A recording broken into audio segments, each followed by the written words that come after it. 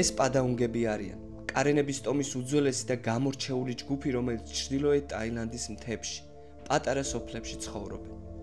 აქ დღემდე ცოცხალია ტრადიცია, რომლის მიხედვითაც ქალებს ბავშვობიდანვე ყელზე აბამენ სპილენძის რგოლებს. ეს უძველესი ჩვეულება არა მხოლოდ სილამაზის, არამედ ოჯახური მემკვიდრეობის, ტომური იდენტობისა და ქალის ღირსების აღმნიშვნელი სიმბოლოა. ქალების კისერზე რგოლები დროთა განმავლობაში მატულობს, რაც მათ ასაკზე და გამოცდილებაზე მიუთითებს. ამ ტრადიციას განსაკუთრებული პატივისცემით ინახავენ და მას არა მხოლოდ კოსმეტიკური, არამედ სულიერი მნიშვნელობაც ენიჭება. ყოველი რგოლი, რომელიც კისერს შეემატება, აღნიშნავს ცხოვრების ახალი ეტაპის დაწყებას და ქალის ძალას, რომელიც ტრადიციების გამტარებლად რჩება. დღევანდელ ვიდეოში კი სწორედ გრძელკისრიანთა სოფელში უნდა გამოგზაუროთ. მოვედი მეგობრებო, სოფელთან ვარ უკვე. ჩიანგმაიდან ქალაქიდან დაახლოებით 9 საათიდან 40 წუთამდე დაგჭირდებათ აქ მოსასვლელად. ახლა უკვე შევარშიგდით და იქიდან რა თქმა უნდა უფრო ყველაფერს კარგად დაგათვალიერებინეთ. წავედით. 500 ბატი არის გადასახდელი ერთ ადამიანზე, რომ შეხვიდე სოფელში. როგორც კი შემოხვალთ, დაინახავთ ესეთ ხელნაკეთობებს, ბაზარივით არის პატარა, სადაც შეძლებთ რომ იყიდოთ ძალიან ბევრი რაღაც, დაწყებული სამაჯურებით, დამთავრებული სხვადასხვა ხალიჩებით, ჩანთებით და ასე შემდეგ რა. ისტორიულად კაინების ფესვებს ცენტრალურ ჩინეთამდე მივყავართ. ითვლება, რომ ისინი მე-11 საუკუნეში გადასახლდნენ მიანმარში და საუკუნეების განმავლობაში ცხოვრობდნენ მთიან რეგიონებში. 1980-იანი წლების ბოლოს კაინების მრავალმა ოჯახმა დატოვა მიანმარი, შიდა კონფლიქტებისა და ეთნიკური დევნის გამო. მათი თავშესაფარი კი გახდა ჩრდილოეთ ტაილანდი, განსაკუთრებით კიმაე ჰონგსონი და ჩიანგმაი. თუმცა მათი დიდი ნაწილი კვლავ მიანმარში რჩება და იქ განაგრძობს ბრძოლას იდენტობისა თუ სოციალური თანასწორობისთვის. ძალიან საყვარელი ხალხია მეგობრებო, ძალიან თბილად დაგვკვდნენ მართლა და ცოტა სევდიანიც არის რა, იმიტომ რომ ძალიან უჭირთ. ეს ხალხი არის მიანმარიდან გადმოსული, იქ რო კონფლიქტი და ცუდი ამბები დაიწყო, აქეთ გადმოსახლდნენ და მას მერე ცხოვრობენ ტაილანდში რა. Come. ტაილანდში კაინები ძირითადად სპეციალურად გამოყოფილ სოფლებში ცხოვრობენ, რომელთაგანაც რამდენიმე ტურიზმზეა დაფუძნებული. სწორედ ეს გახდა მსოფლიო დისკუსიებისა და კამათის საგანი. ზოგიერთი ამ სოფლებს კულტურულ ექსპლუატაციად აღიქვამს, თუმცა მათთვის ტურიზმი არის ერთადერთი გზა თავიანთი ოჯახების უზრუნველსაყოფად თუ კულტურის შესანარჩუნებლად. What's your name? Name? 5? 5 წლის არის. Name? Kustoki? Kustoki?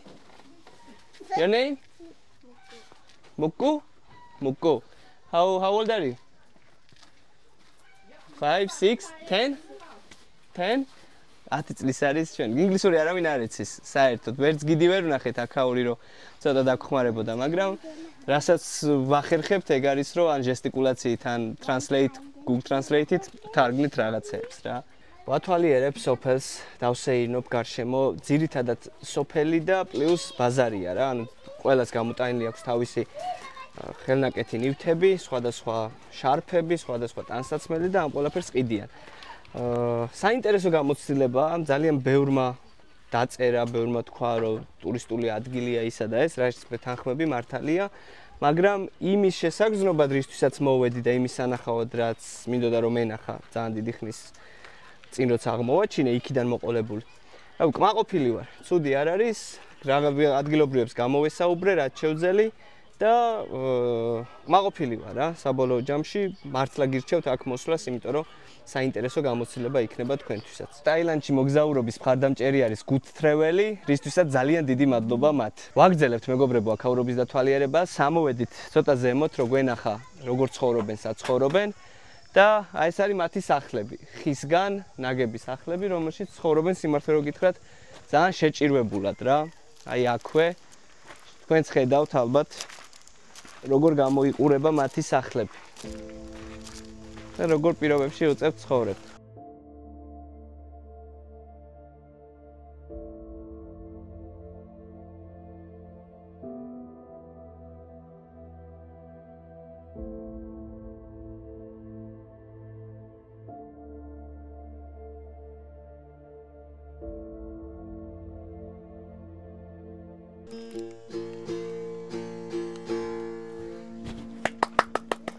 Good. თავიდან ცხენოდა რა, ვერ დაუკრავ და მეთქი მიდი კაც დაუკაი რა პრობლემა რა თქო და ეხლა ნახე, შევიდა მუღამში.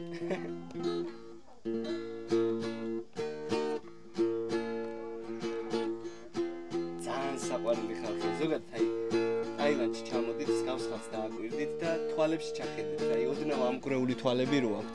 თითქოს სევდიანი, მაგრამ მაინც რო უცინით, რა ბედნიერები არიან, ანუ თავარი არის რამდენად და როგორ ხედავ ბედნიერებას შენ რა, რამდენად გაჭირებულიც არ უნდა იყო, უნდა იპოვო, ძალა რო იყო ბედნიერი და ხალხს გაუღიმო რა, აი ამის მაგალითები არიან ესენი. რანაირად ახერხებენ, როგორ ახერხებენ არ ვიცი. Good, you are so good. Thank you so much.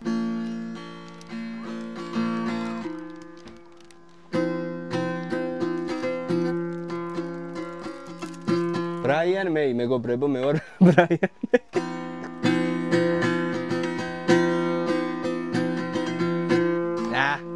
ექვსი ის რგოლი ეკეთა თავიდან და ახლა უკვე 28 აქვს. წლების მატებასთან ერთად რგოლებიც იმატებს და ზოგჯერ არის შემთხვევებიო, რომ 5-დან 6 კილომდეც კი არის ეს ჩვენი რგოლი, რაც ძალიან ძიმეა სატარებლად. ტურისტებისთვის გახსნის სოფლებში ქალები ხშირად სტუმრებს ტრადიციულ სამოში გამოწყობილები ხვდებიან. ახალგაზრდა თაობა უკვე სხვა რეალობაში იზრდება. არასამთავრობო ორგანიზაციებისა და მთავრობის დახმარებით განათლება მეტწილად ხელმისაწვდომი გახდა. თუმცა სწავლა მაინც რთულია მათთვის, ვისაც ტაილანდის მოქალაქეობა არ გააჩნია. აღსანიშნავია, რომ ყველა გოგონა აღარ ირჩევს რგოლების ტარებას. ეს არჩევანი პირადია და ხშირად დამოკიდებულია განათლებაზე, სოფხედველობასა და ცხოვრებისეულ მიზნებზე. ზოგიერთი რგოლების ტარებას ტრადიციის სიყვარულით აგრძელებს. სხვები კი თავისუფლებას ირჩევენ, რაც მიანიშნებს კულტურის განვითარებაზე და ინდივიდუალურ თავისუფლებას. So now you make this one, right? And how many days you need to 3 days? აჰა. აი ამ შარფებს აკეთებს მეგობრებო და 3 დღე სჭირდება იმისთვის, რომ დაამზადოს ერთი შარფი. და ყველა არის აქედან handmade, ანუ ხელით დამზადებული, რა თქმა უნდა და ძალიან დიდ შრომას მოითხოვს და ძალიან საინტერესოც არის, რა თქმა უნდა, პროცესი. What's your name? Mubi? Yes. Mubi, right? Football. Ball. Do you love? Do you have a ball? He loves football, yeah? ხო, არავინ არ არის სამწუხაროდ რომ დაგვეხმაროს რა, იმიტომ რომ ძალიან მინდა ამათან საუბარი და რაღაცების გარკვევა, მაგრამ რასაც შევძლებთ, მე ინტერნეტში ვნახავ და თქვენს გაგიზიარებთ, რა თქმა უნდა. ძალიან საყვარლები და ძალიან ლამაზები არიან სხვათა შორის. ტურისტების მატებასთან ერთად კაენის სოფელი უფრო და უფრო პოპულარული გახდა ჩრდილოეთ ტაილანდში. უამრავი ადამიანი მოდის, რომ საკუთარი თვალით იხილოს გრძელი კისრის მქონე ქალები. შეიძინოს მათი ხელნაკეთი ნივთები და გაეცნოს მათ კულტურას. უფლებადამცველები და მოგზაურები ხშირად ამ ადგილს ადამიანის ზოოპარკად მოიხსენიებენ, რადგან ამ საფლებში ქალები გამოფენილები არიან ტურისტების გასართობად და რომ მათი იდენტობა დაყვანილია ვიზუალურ უცნაურობამდე. კრიტიკოსების აზრით რგოლების ტარება ხშირად აღარ არის ტრადიცია, არამედ იგი იძულებით ეკონომიკური საჭიროება. თუმცა თავად კაენი ქალები უარყოფენ ასეთ დახასიათებას. მათი თქმით, ტურიზმი არის საშუალება, რომ გადარჩნენ, ასწავლონ შვილებს და შეინარჩუნონ ტრადიციები. ისინი ხაზს უსვამენ, რომ რგოლების ტარება არის არჩევანი და არა იძულება. მეგობრებო, აქ როდესაც შემოხვალთ, ძალიან კარგი იქნება, რომ შეიძინოთ რაღაც, ამით თქვენ ძალიან დაეხმარებით ამ სოფლის მაცხოვრებლებს და ზოგადად ამ ტომს. ასე რომ თუ თქვენ შემოხვალთ, რაღაც აუცილებლად გაიყოლეთ. რა, ეხლა მე ვაპირებ, რომ აი მსგავსი სუვენირი გავიყოლო, რომელიც არის ძალიან ლამაზი და ჯდება $6 რა, ერთი ცალი, ანუ ეგ არის 200 ბატი აქაური. 3 ცალს გვაძლევს 500-ად და 3 ცალიც ვყიდულობ ერთი ჩემთვის, მარიამისთვის და ჩემი ოჯახის წევრებისთვის. ასე რომ თქვენს გირჩევთ, იმიტომ რომ ძალიან ხელმისაწვდომ ფასადაც არის და თან კარგ საქმესაც გავაკეთებთ რა. დასრულდა მეგობრებო, მოგზაურობა ძალიან საინტერესო გამოცდილება იყო. მადლობა ტურისტულ კომპანია Good Travels ამ შესაძლებლობისთვის. მადლობა თქვენს, ვინც უყურეთ ამ ვიდეოს. იმედი მაქვს ისიამოვნეთ. არ დაგავიწყდეთ ახლა ვიდეოს დალაიქება, არხის გამოწერა და შევხვდებით ტაილანდის შემდეგ ვიდეოში. აბა დროებით.